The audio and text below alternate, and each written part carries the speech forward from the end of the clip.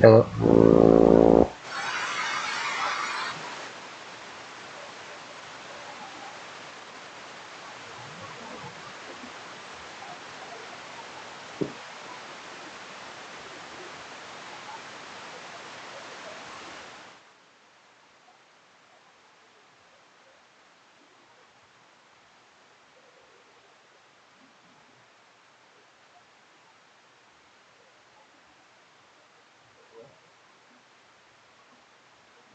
Hello. Hello.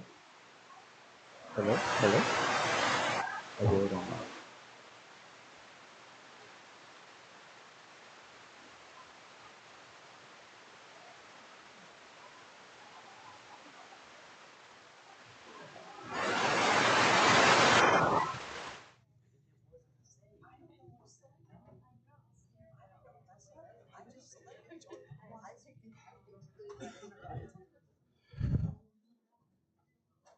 Are we working? Are we working? Okay. Are we? Tell me, are we live yet on YouTube? We are live on YouTube. Okay. Well, thank you everybody for showing up for this special presentation. I guess the first thing to do is to introduce our guest. Our guest today is a graduate from December 2013, Eric Ho. Eric is a CG artist working at the Moorhead Science Center and Planetarium in Charlotte, North Carolina. So please give a big welcome to Mr. Eric Ho.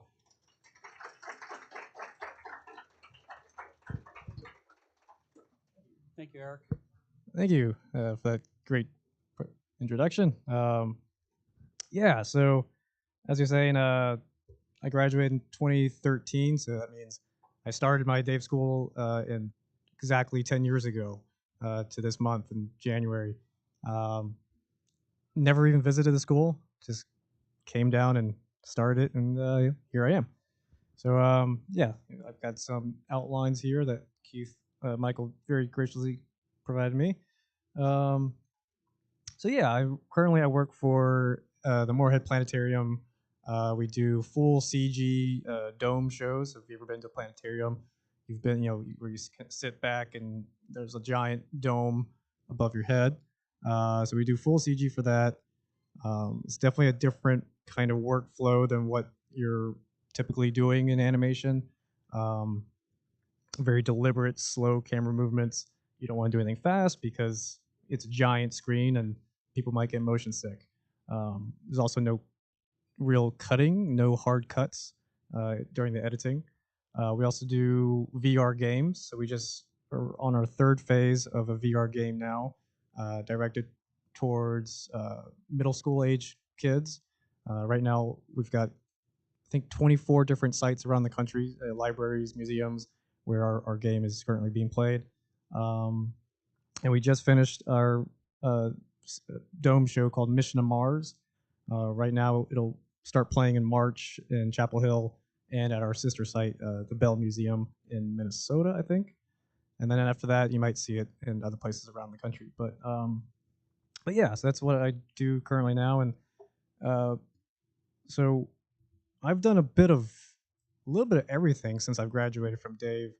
Um, Everything from visual effects, compositing, motion graphics, still rendering, just a little bit of everything. And so I think that's probably one of the big things I want to talk about was just my kind of journey after graduating wasn't your typical kind of go to Los Angeles and work, jump around from studio to studio. I've done a little bit, taken a little bit of a different path. Um, so let's see. Michael wants me to list some of my most successful projects. Probably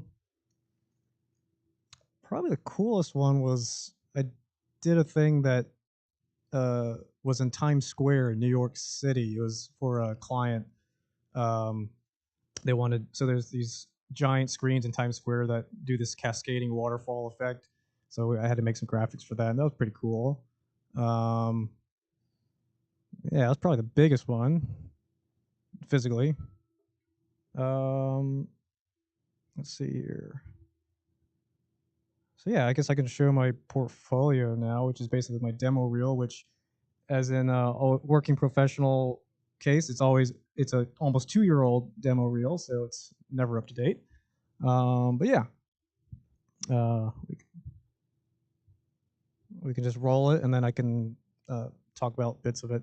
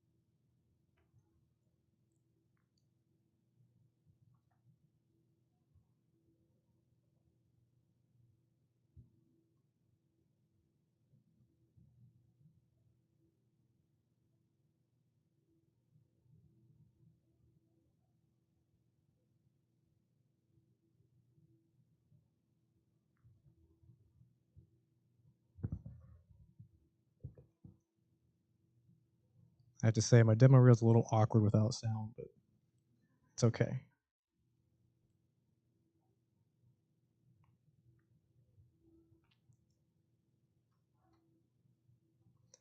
So one thing Michael Keith told me 10 years ago was if you get a celebrity in one of your shots, you keep that in your demo reel. So I did it. So yeah, I mean, I can talk a little bit about some of those projects. If you want to pull it back up, we can um, start from the beginning, I guess.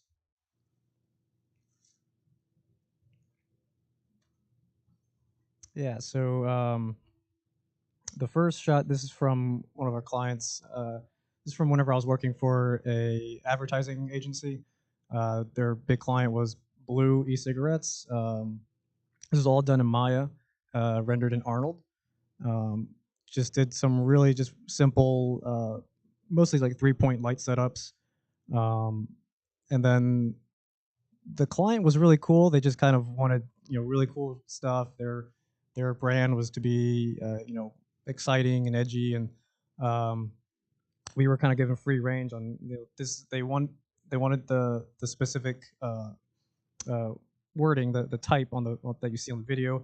They wanted to feature the specific features of the product. It's a brand new product for them, and all the words had to be approved by legal, not only for English but also all the different countries that we were working with. So uh, just keeping all that stuff in mind. This is what the client wants.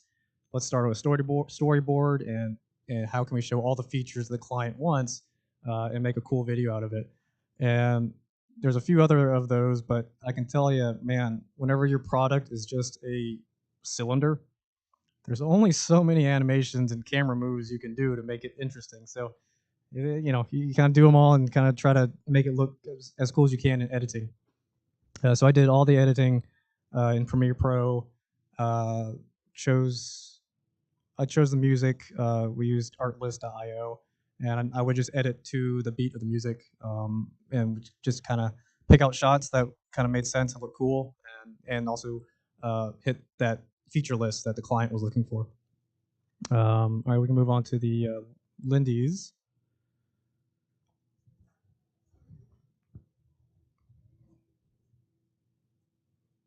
All right, so this was Lindy's Italian Ice. They were just looking for some cool.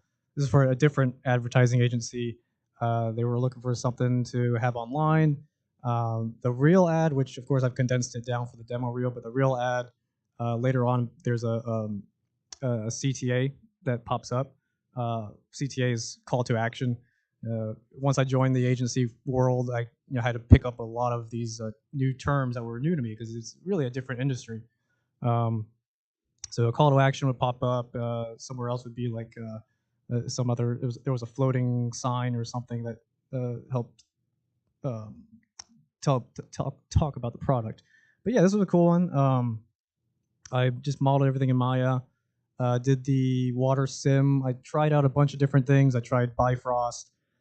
Tried cloth sim. I don't remember what I ended up using, but a lot of different things. It took a while to figure out, but it ended up looking okay. The crab literally just downloaded a model off of Turbo Squid because in the ad world, I mean, time is money. So if you can save some time by just picking something up, I mean, and reusing it. So I had to rig it myself, but it was just already modeled. Everything else I just modeled, rendered in Arnold, and did very little comping. I just wanted to keep it clean, but comped in After Effects. Yeah, we can move forward. This was just something for fun I did when I had downtime at my agency job. Just kind of threw it together. So after I worked at agencies, I found work for a architectural visualization company. So I worked with architects, interior designers. I had to learn how to use 3ds Max. That was a pain, but I did it. So I made those in 3ds Max and rendered in Corona. Yeah, so this was actually done in Maya and Arnold. This is 3ds Max and Corona.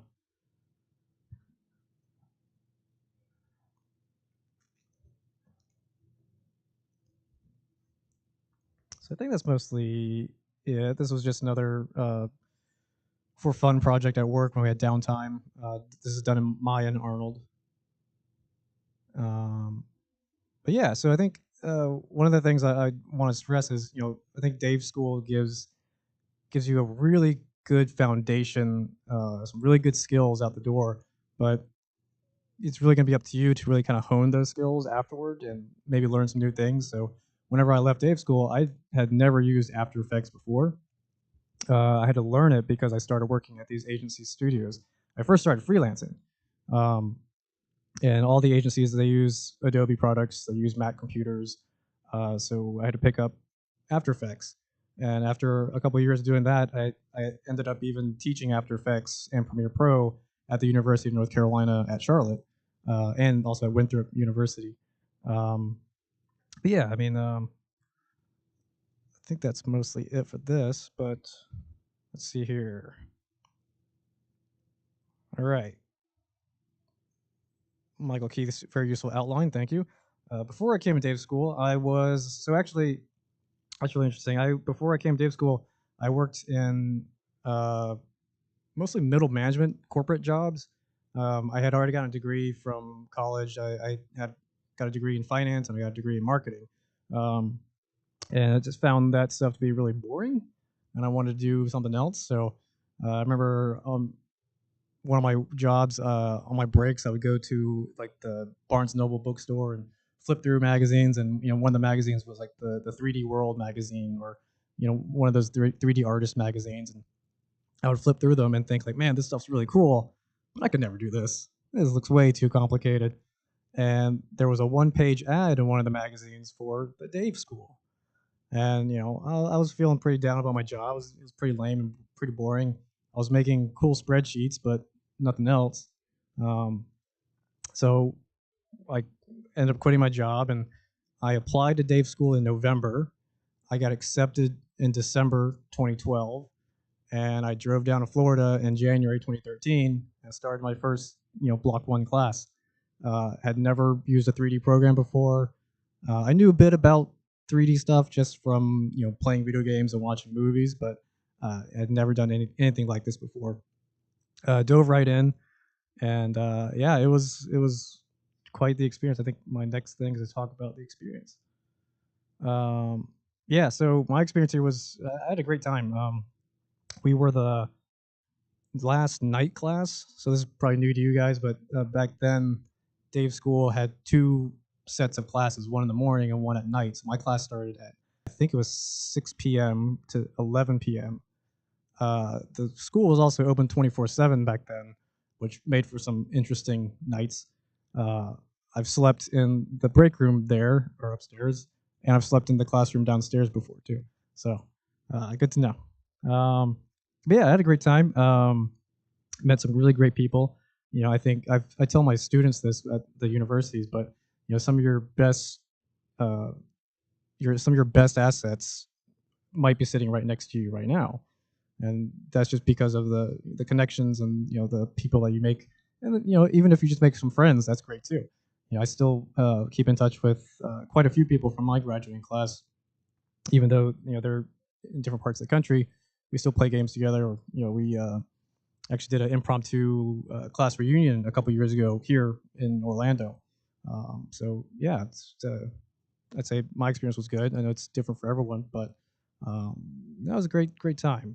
I thought I don't know how the schooling is now, but back then it was a pretty rigorous program.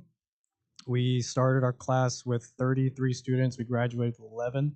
I think we lost 60% of the students in the first month, um, which honestly, those of us that made it through it kind of bonded us even closer because we kind of went through it together. But it was a great experience for me. Um, let's see here. So how did I get my first job? Michael Keith. So yeah, I think Michael's great at you know connecting with everyone and kind of seeing like where your skills are, and he's got a lot of connections out in the industry, and that really helped out a lot for me. And then from there on, it's kind of up to you to kind of you know see where you want to go and see what you want to do. So I think that was Millennium Films on Expendables 3. Yeah. So that was actually not in wait, yeah, that was in Shreveport, Louisiana, um, which I don't think they still do films there anymore. But um, let's see. But yeah, I mean, I kind of decided to not follow down the Hollywood path. I mean, I think it's a great way to go. Really cool, really aspiring. But I decided to go back to my home state of North Carolina and move back to Charlotte. And Charlotte is a you know it's a metropolitan area. It's the metro city is about 1 million people. They do a lot of filming in North Carolina, not so much anymore, but starting to pick up again. And so I knew that all right, well I'm gonna try this freelancing thing out. I don't know if it's gonna work, but you know I can do some you know modeling, so I can do the animation, I can do visual effects. Let me see what I can do. So I started out not, you know, I didn't know anyone in the film industry. Went to meetup.com and just looked up like, you know, film, games, whatever, and anything that was even remotely related to what I could do, I would just join and show up and say, "Hi, my name is Eric." So I found one group. It was a film community, and you know, literally showed up. I put my name on a stupid name tag and just started shaking hands. You know, I went to an Office Max and printed these really cheap, really bad business cards. I mean, and printed a bunch of them and you know, give them out. And you do that as much as you can, and you know that 95% of those business cards you give out are ending up in the trash can or in the bottom of someone's drawer, but you do it anyway because yeah, eventually I did get some phone calls saying, "Hey, you know, I met you a couple months ago here at this event, and I've got this project, and see if you want to help me out on." Um, one of the first things I did was a 40-hour film project. Has anyone ever heard of those? There are competitions that are done all across the world, really, where you have to make a film in 48 hours. And so I just joined a team. I didn't know anyone on it, but they brought me in, and now, today I'm still friends with a lot of them. So uh, I got to meet some real like professional filmmakers and just being involved in that world. And before I knew it, I was working for different local production studios. I even did a visual effects supervisor role for a commercial shoot. So I did a lot of commercials when I was freelancing. I did stuff for Bank of America, for Bojangles. I don't know if you guys have Bojangles down here, but did stuff, a lot of NASCAR stuff because that's North Carolina. What else? You saw one of the commercials I did was for gelled windows and doors. Um, so yeah, like a lot of these commercials that are either just local, regional, national, they need visual effects work as well. Um, I was able to do most of that stuff in Nuke, uh, and then I also learned After Effects to be able to incorporate myself into some of these pipelines. The agencies they love their Adobe products. Um, so yeah, definitely a lot of learning and adapting, I'd say. Um, I freelanced for a couple years, and after that, I got the gig with a full time job with one of the advertising agencies. And I'll say, the agencies they they pay pretty good. They also have full benefits and paid time off, everything. I mean, so I did that for a few years. The agency was pretty cool. You get to work on different projects from time to time. Uh, there's not always a ton of work because not every client wants CG. Um, so then I found the architectural company, started doing architectural visualizations, working with architects and interior designers. Um, the architects would build up the plans in CAD. Interior designers would decide what they wanted, where, and then they would send me the file and all the specs, and I would make it look pretty. Um, and so yeah, so that's where I ended up now at the planetarium. And now I'm making CG dome shows. We just finished a show working with NASA um, called Mission to Mars, where it's talking about the challenges that we'll face when we finally send people to Mars. And it's a movie to inspire middle school age kids to maybe take up that challenge. So, but yeah, let me see if there's anything else. Um, One thing you got here on here, how important is attitude? That's a good one. I mean, obviously, really important. I think just uh, presentation, I'd say, is part of that. What kind of attitude you bring whenever you uh, join a company or meet someone at a networking event, or yeah, just your composure of what do you bring to the table. Are you easy to work with? You can be the best compositor or modeler or whatever in the world, but if no one wants to work with you, then it's not going to be good.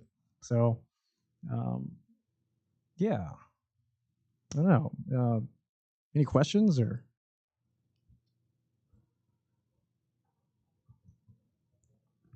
Yes.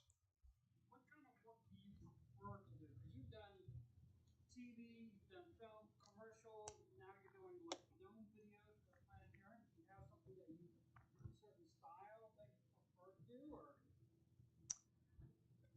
What kind of work do I prefer to do? It's hard to say. I mean, I don't know. I actually really enjoy like making short videos for. I did when I was at the ad agencies. I did a lot of short videos that would end up online, just about the product. Sometimes they wouldn't even have any CG in them at all. There was a lot of editing, a lot of sound editing. Um, Again, stuff that I didn't learn here. I just had to pick up as I, went along.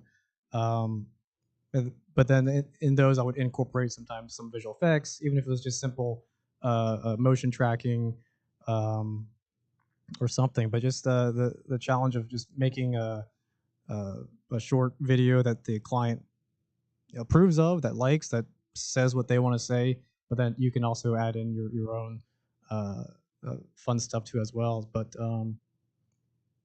yeah, I guess I don't know. I don't know if that really answers your question, but it's yeah, a little bit of everything. I guess it's kind of a generalist thing. I guess I've mostly been a generalist, so yeah, yeah, yeah. What problems did you come across that you didn't think you would?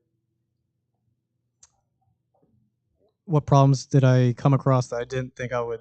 Uh, right. Like when I was freelancing or when I was trying to anything.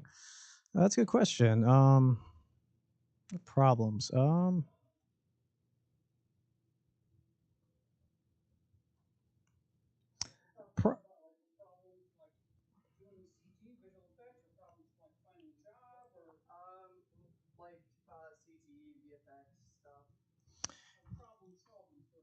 Yeah.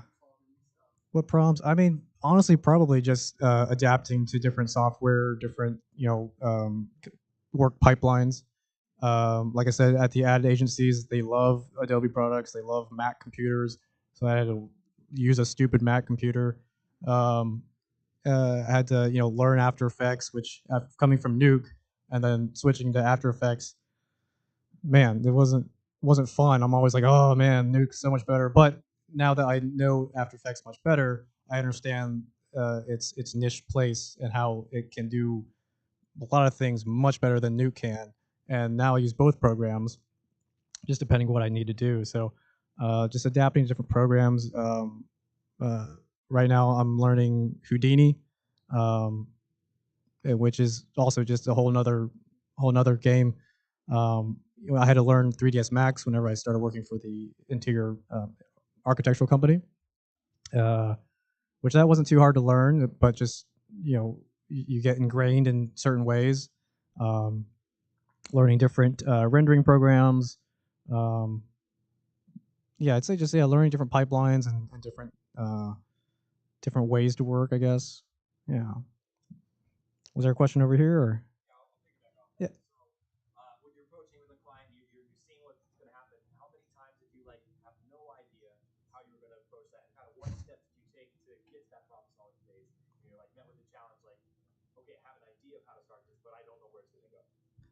Yeah. So like, what do I do? What do I do to try to figure that out? Um, Honestly, just working with the client as much as possible. Talking with them every step of the way, making sure you're on the same page.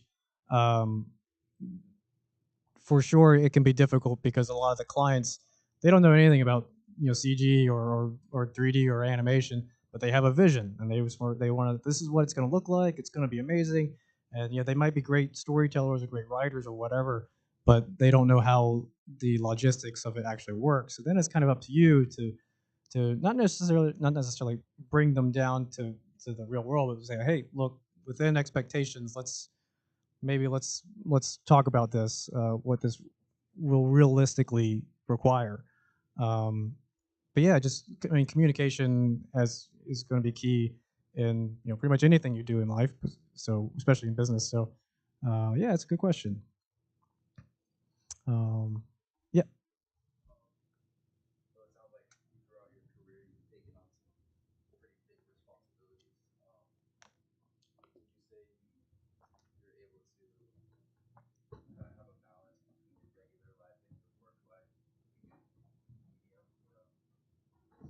Yeah, do I have a good balance between work and my normal life? Yeah, I think so. And honestly, it's probably because I've kind of moved more into that corporate world than than Hollywood. And that's not to knock Hollywood or anything. I've a lot of friends that are in that Hollywood system and going from studio to studio and but the corporate companies they're corporate for a reason. They have HR, they have benefits, PTO, all that kind of stuff. I I probably work a pretty standard 40 hours a week. You know, sometimes I'll do more than that, but it's been pretty standard. I mean, I can't complain for sure. And like I said, the Hollywood route, it's a totally awesome and aspirational route, and I'm glad I got a small taste of that. I just found it to not really be for me, and I think it's good to know that there are other options out there. You might have to work a little bit harder to adapt, but I think what Dave School provides is an excellent foundation for any related industry for sure. Yeah. Yep.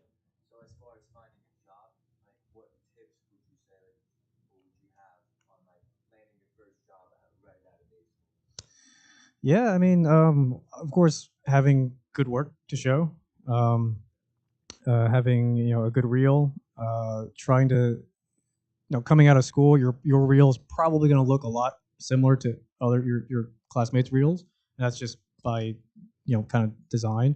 So anything you can do to differentiate yourself, uh, being confident in your work. I mean, and I will also say, so I tell this to my university students as well, is after you graduate, you have about 6 to 9 months to play the I'm a new graduate card. And what I mean by that is anytime you network or to go to a networking event or talk to a professional, if you tell them that you're a recent graduate, they're more likely to pay attention or hear you out or oh yeah, let me see your work, let me check out what you have to say. Um, so use that time to really kind of push hard, get advice from professionals. Say email them or reach out to them. Say, hey, I'm a recent graduate from the Dave School. I really love the work that you do. Do you mind checking out some of my work and seeing how I can improve or what I can do? And knowing that you're a recent grad, they're more willing to maybe do that. Yeah. One thing I did once after I graduated, I looked up all the production studios in Charlotte. I literally just called them and said, "Hey, I just graduated from visual effects school. Can I come tour your studio?"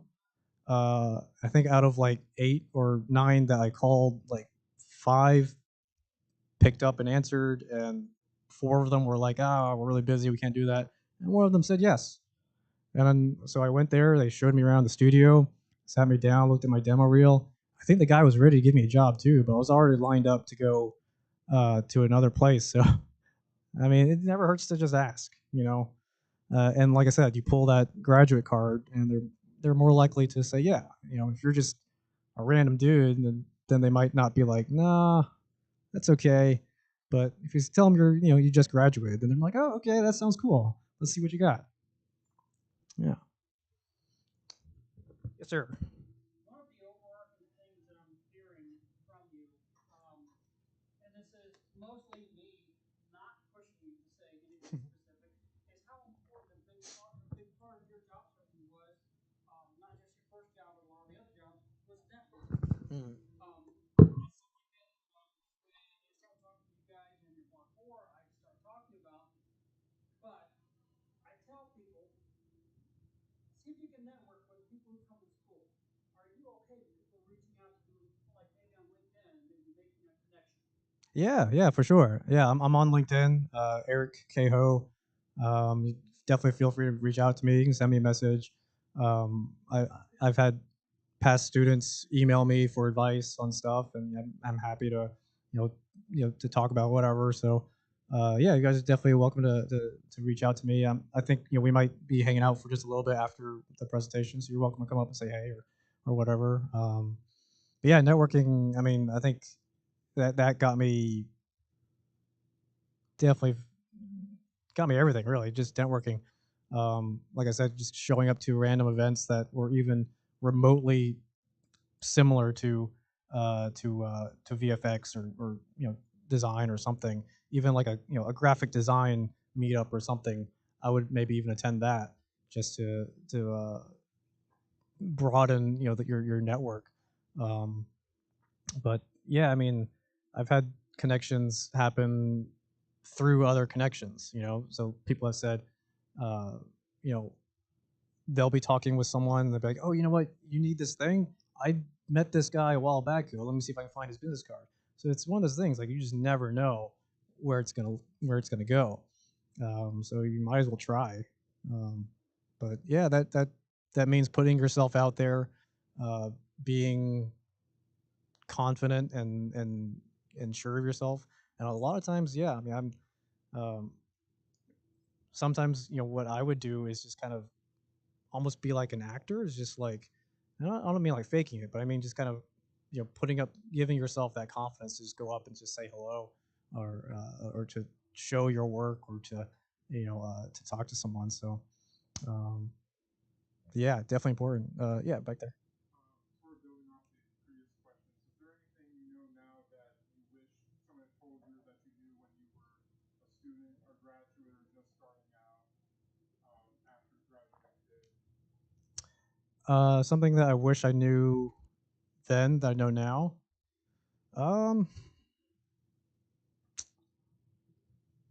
not like a specific thing, but I do wish I took more time outside of class here to work on like smaller projects, like my own like personal projects, just so that my demo reel would have been different, more different than other people's, and then also just honing your skill, because yeah, I mean the more time these programs are like it's like working a muscle. It's an athlete will do the same training every day. It's kind of the same thing with these programs. What kind of training can you do? If you're trying to be a modeler, like maybe model the same thing every single day from scratch and time yourself. Can you do it faster and faster? I don't know, but yeah, I'd say just kind of spending more time, dedicating, to it. Of course, that's easier said now than then, because then I was also interested in socializing and like having friends and uh, having a good time here, which we also did. So yeah. There's a question on YouTube, if you don't mind. How long are deadlines for advertising agencies usually? Also, was it just you most of the time, or did you have a team for a project? That's a great question. So the advertising agencies, they tend to be smaller. They're more, I'd say, like they're boutique studios or boutique productions. So I would work with. I was by myself, the only kind of CG person. So I would work with the creative director, who would we would um, kind of brainstorm the ideas for the different shots. How are we going to feature this? How are we going to show this? What's the overall look going to be? Um, the creative director or sometimes the art director would maybe come up with a mood board, just kind of showing what kind of direction are we trying to go with. Um, the deadlines could be usually they can be pretty tight. It just depends on the project. For like the client, the blue client, that was kind of a bigger client and a bigger goal. So we were kind of their one of their only studios that would do CG stuff for them. So it's kind of an ongoing relationship. And they would come to us like, hey, we've got a new event coming up. We really want some new graphics, some new videos for this event. It's a Super Bowl thing, so let's try to make it cool. And so then we have to kind of crank stuff out. But the deadlines there could be pretty tight. I'd say with working with the ad agencies, you're constantly keeping track of different projects that you're working on. So you're different clients as well. So that was one kind of an annoying thing was time tracking. There's tons of different time tracking software, but you have to say, okay, so I spent 45 minutes working on client A, so you log that, and then I spent 15 minutes working on client B, and then my one agency that I worked at was a lot of these agencies they like to think of themselves as these like trendy Silicon Valley companies. So they have like really nice lounges and kegs and free snacks and free drinks. So we were allowed to clock in 30 minutes of playtime every day, which meant we would just get up and play Smash Brothers for 30 minutes. But yeah, good question though. I got another question from YouTube here. From Walter Bender. Working as a contractor on the side, I found it difficult to have clients willing to pay decently, and they request incredibly short deadlines. How did you navigate that space? That's a great question. Yeah, so dealing with client, I guess, pay expectations and deadlines. Education. I mean, like educating the client is a big part of it. Even at these larger agencies and corporate companies, you're trying to educate your client in nice ways. You don't want to sit them down and say, "Hey, this is what you want to." Obviously be professional about it, but um, educating them about expectations, about realities. You don't need to dive into the weeds of talking about vertexes and rendering and all this stuff. You kind of need to find a language that works that helps explain what needs to be done, but in a way that someone who's not in this industry can understand. Um, but yeah, that's always gonna be a tough one. I mean, pay is That's always going to be a tough one, a balancing act that I don't think anyone will ever get 100% right. But um, I think just knowing what you're worth, knowing what the market is going, what competitors are doing, just finding all that research out, and then kind of figuring out where you fit in that field. And um, you know, this stuff does take a lot of time, and that time is money. So making sure that they understand that for sure. Yeah, it's a good question. I did a fun one with Grumpy Cat. Rest in peace. Uh, let's see what else.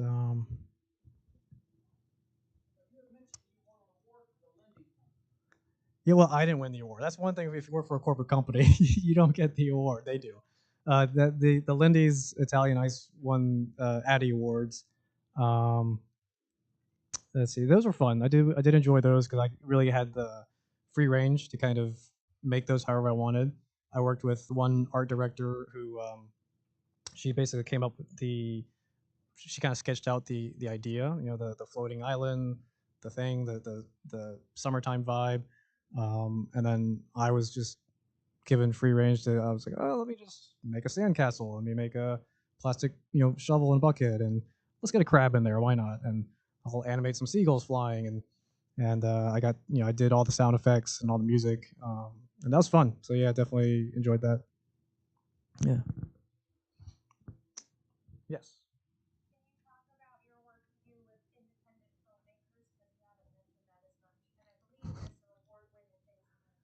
Okay, yeah, okay. I guess I have won awards for some indie film stuff.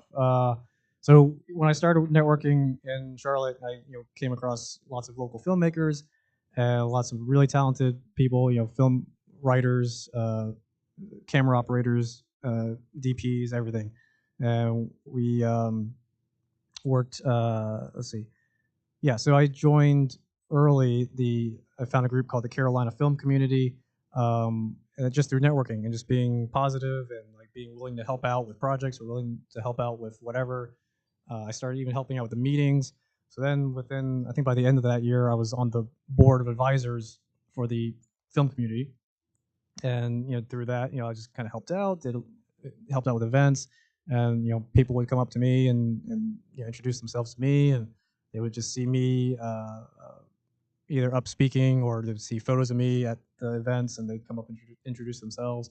So yeah, independent film was it's still a big thing everywhere. Really, you can find it anywhere. People are always willing to or want to make things. Are they willing to pay? That's a different story. But if you're hungry for work and hungry to just make cool stuff, seek out some independent filmmakers. I'm sure there's a ton here